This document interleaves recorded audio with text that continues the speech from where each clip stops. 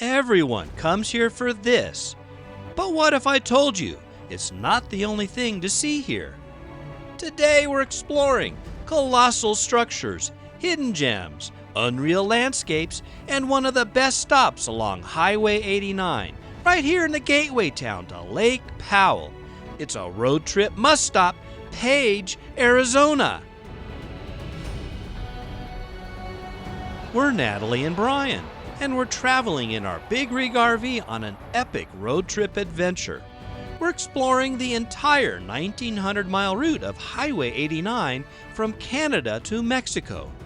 Episode 12 brings us to Page, Arizona, and way more fun stops than I can list here. Come along with us on our Highway 89 road trip. We think it's the best road trip in America. Let's hit the road.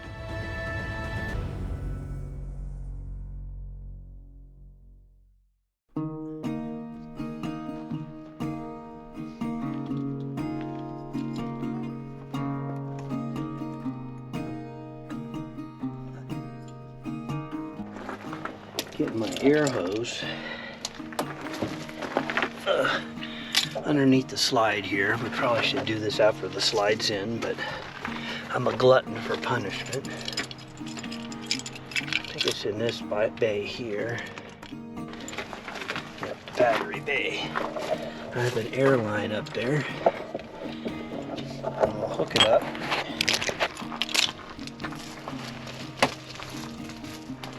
We'll be able to air up our Jeep tires using the air tank on the camper.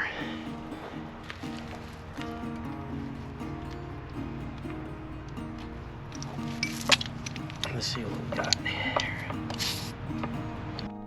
Today is a drive day, so it's time to pack up and head out. I don't think Kenai wants to leave. I aired up our Jeep tires to tow pressures 40 psi. We go through our departure checklist so we don't miss anything important.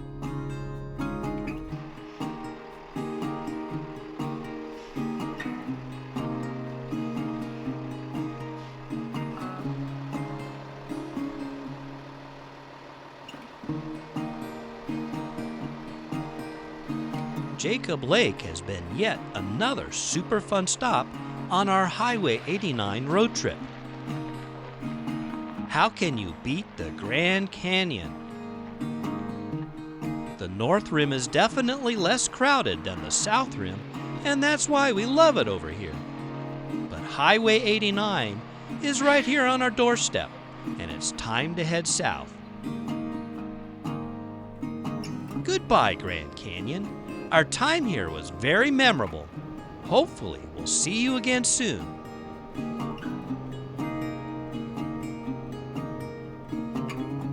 Jacob Lake sits at 7,921 feet above sea level, making it the second highest pass on Highway 89. The winner was inside Yellowstone National Park on the Continental Divide at a whopping 8,262 feet. Not too far away is the House Rock Valley Overlook. It has a commanding view of the valley below. Definitely stop here for a quick look. Oh, this is one of my more favorite view spots. Look at the vista. We got the Vermilion Cliffs right here. Wire Pass Road goes off. It goes up into that valley to Buckskin Gulch. That's where I was a couple days ago, but it's a little longer drive this way. That's why I went from Kanab.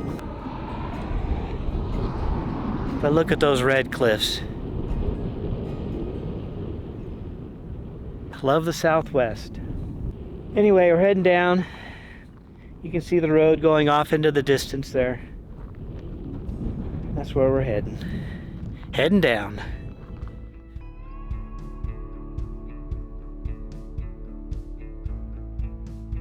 It's a twisty, turny drive to the bottom of the cliffs, but once down, it's smooth sailing to our next out-of-this-world stop.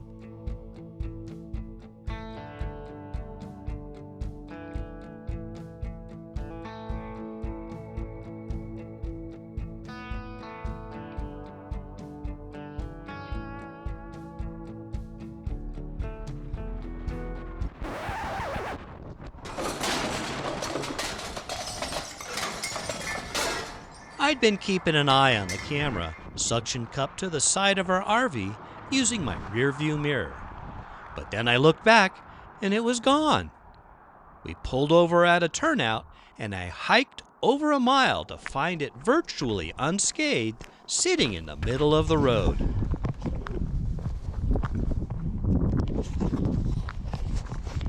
You still running? How about that? I was about to give up. After recovering our kamikaze GoPro, we continued on our way to the tiny little town of Cliff Dweller and the ghostly Hoodoos sitting right beside Highway 89A.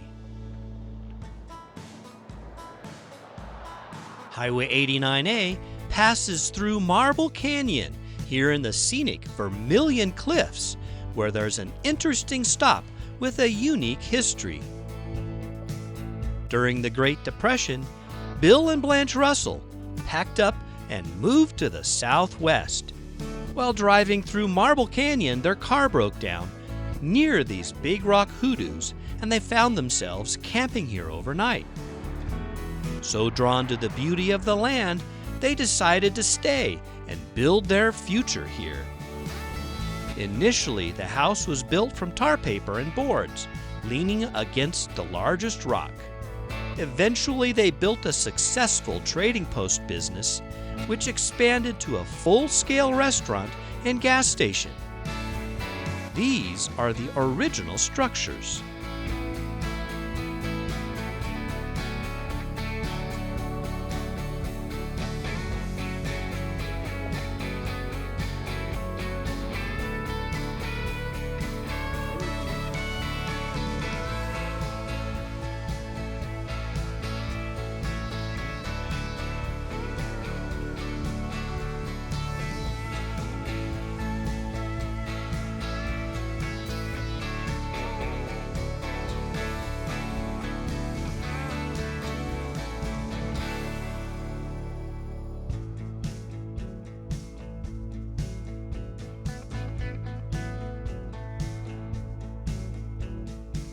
Well, those are always fun to wander around, stretch your legs.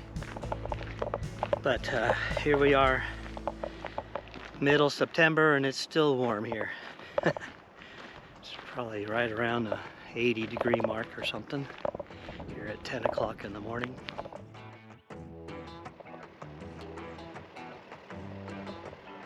I can see why the Russells decided to stay here.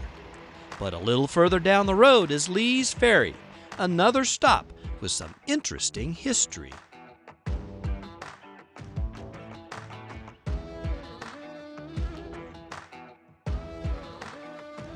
Lee's Ferry is the only place within the Glen Canyon where visitors can drive to the Colorado River in over 700 miles. Due to its unique geography, it has historically served as an important river crossing, and starting in the mid-19th century was the site of a ferry operated by John Doyle Lee, for whom this place is named.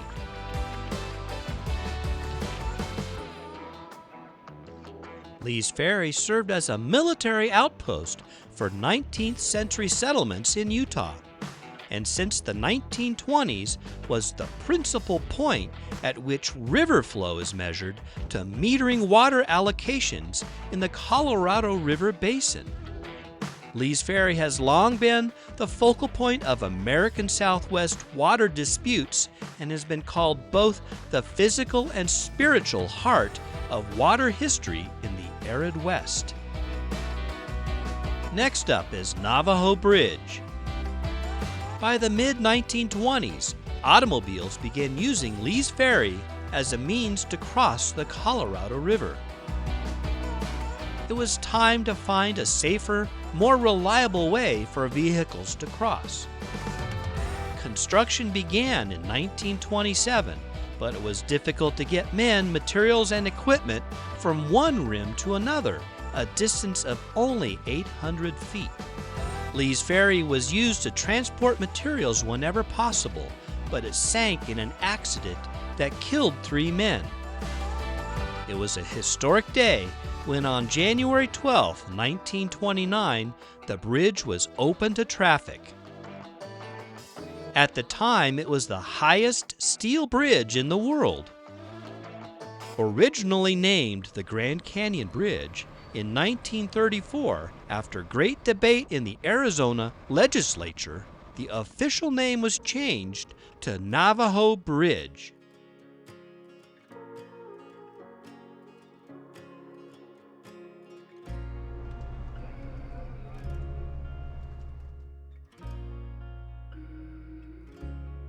Back on Highway 89, this iconic cliffside ascent is the well-traveled way to Page. We'll be camping there the next couple of nights.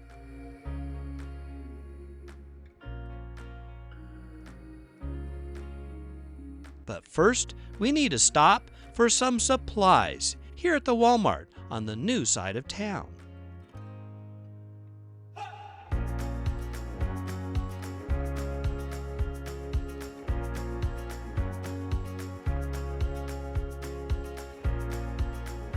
The parking lot looks packed, and there's a lot of big rig RVs hanging out there too. We find a spot detached to fit and then head in to get some fresh groceries. Then it's off to set up camp at the Page Lake Powell Campground. Once again, we found the camp spot to be a little challenging to park in with our big rig. Luckily, we had enough blocks to make it work. That's 2. Go back another 1.5 inches to 2. Yeah, that should do you right there.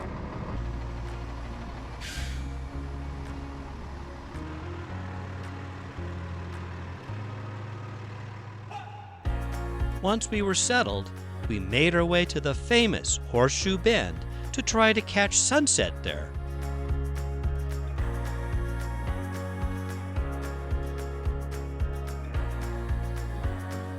I've been coming here for 50 years, but I've never been here. Yeah, Isn't that crazy? That's crazy. How come my parents never took me here? that's right.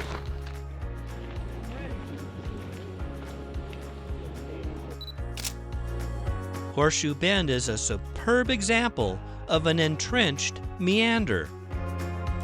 The Overlook is 1,000 feet above the Colorado River. A social media darling, Horseshoe Bend has become one of the most recognized and visited places in Glen Canyon National Recreation Area. For a long time, it was mostly popular with nearby residents. But the yearly visitor count sharply increased with the exposure through social media. Currently, over 2 million visitors peer over the rim's edge each year.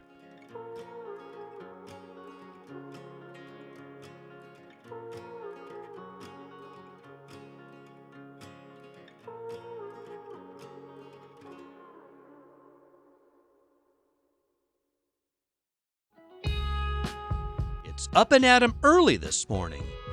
Yesterday's sunset at Horseshoe Bend was spectacular, and it seemed to get more crowded the darker it got. Today we have a long list of places to visit here in Page, and the Glen Canyon Dam is first on our things to see. The Glen Canyon Dam is a concrete arch gravity dam built by the Bureau of Reclamation from 1956 to 1966 and forms Lake Powell, one of the largest man-made reservoirs in the U.S. A dam in Glen Canyon was studied as early as 1924, but these plans were dropped in favor of Hoover Dam. Due to the rapid population growth in the Colorado River Basin, the Bureau of Reclamation deemed the construction of an additional reservoir was necessary. The dam remains a central issue for environmentalist movements calling to dismantle the dam and drain the lake. Water managers state that the dam is a major source of renewable energy and provides a buffer for severe droughts. It was one of the last great dams built in the U.S. The Carl Hayden Visitor Center has a bunch of exhibits describing all of the issues surrounding the construction of this dam. The most interesting thing we saw was a display providing knowledge about the water needs of us humans. It says to produce enough food for one person for one day requires 528 gallons of fresh water. It takes 1,850 gallons to process 1 barrel of crude oil, and to make a new car uses an astonishing 39,000 gallons of water. That was just some of the interesting facts inside of the visitor center.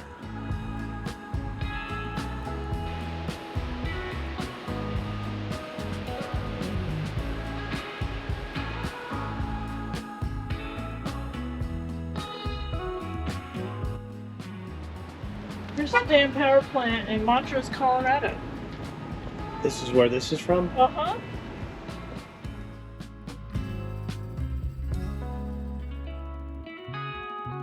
Then we headed to view Lake Powell from a few different vantage points. We came across a pullout just off the highway for our first look of the iconic lake in over 15 years.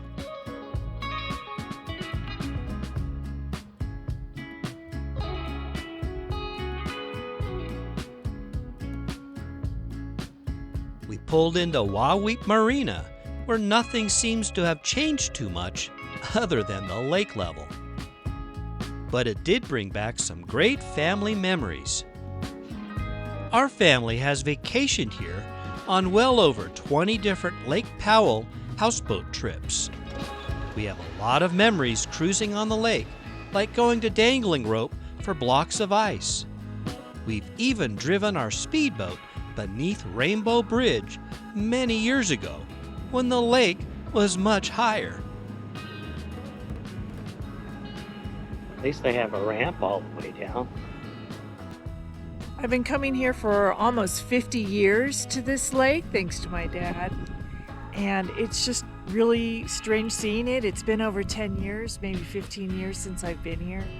Seeing all the changes to the place and how low the water level is now. Actually, it's not as bad as I thought it was gonna be. But it's just kind of surreal to be here and seeing all the changes that are going on. It's not bad. It's not as bad as I thought it was going to be. So it actually kind of feels good to be here.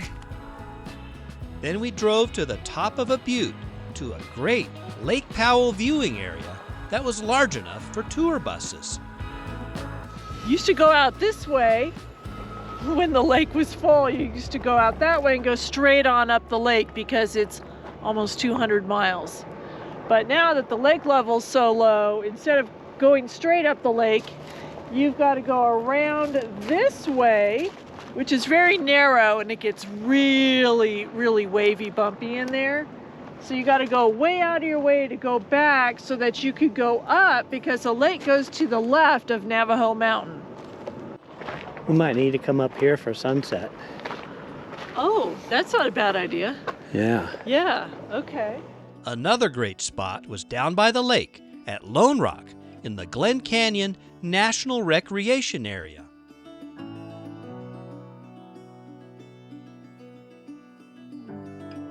You can camp right down by the water.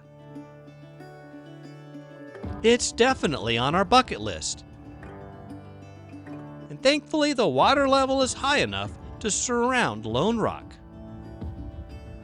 Back on the highway, we head to Antelope Point Marina to see what's going on over there.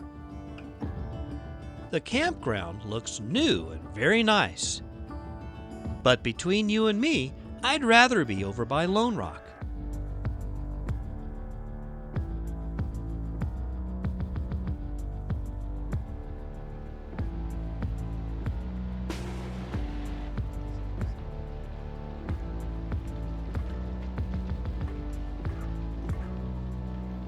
the long launch ramp was closed. It wasn't long enough to reach the level of the water. But Kenai wanted to taste Lake Powell, so we drove all the way to the bottom. Look at her. She's like, I want to go. No, over here. No, over here.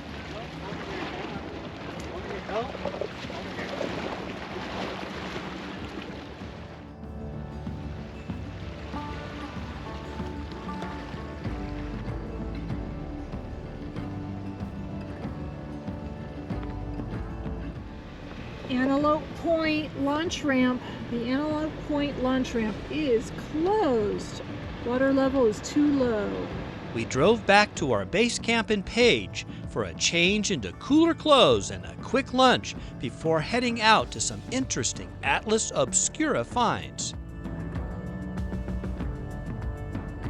But you can never turn down some cool green grass to run in.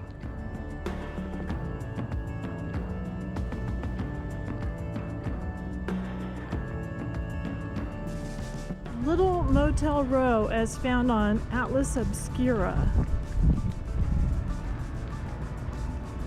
Built in the 50s.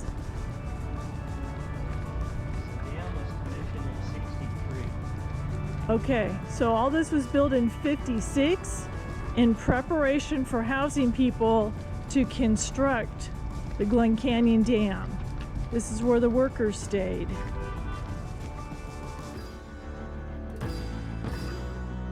Atlas Obscura pointed us to a little city park in the older part of downtown Page. It was a memorial to the dismantled Navajo generating station. The coal-fired power plant produced 2.25 gigawatts and was located on the Navajo Nation. We remember seeing the tall stacks when returning back to Wauweep after a great week houseboating on the lake. It was a sign we had returned back to civilization. All the tall, colorful artwork was made out of the pipes from inside the boilers of the power plant.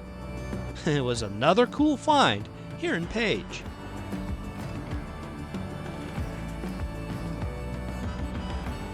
We had one more Atlas Obscura site we needed to find.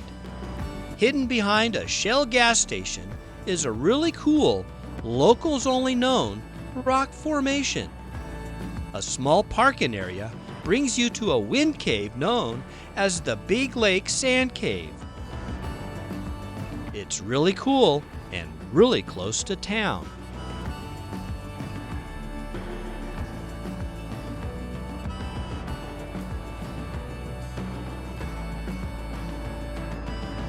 We hope you enjoyed our tour of Page. As we've mentioned, it's been part of our family vacations for years, and we really love it here.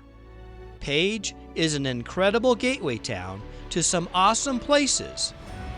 Definitely add it to your road trip bucket list.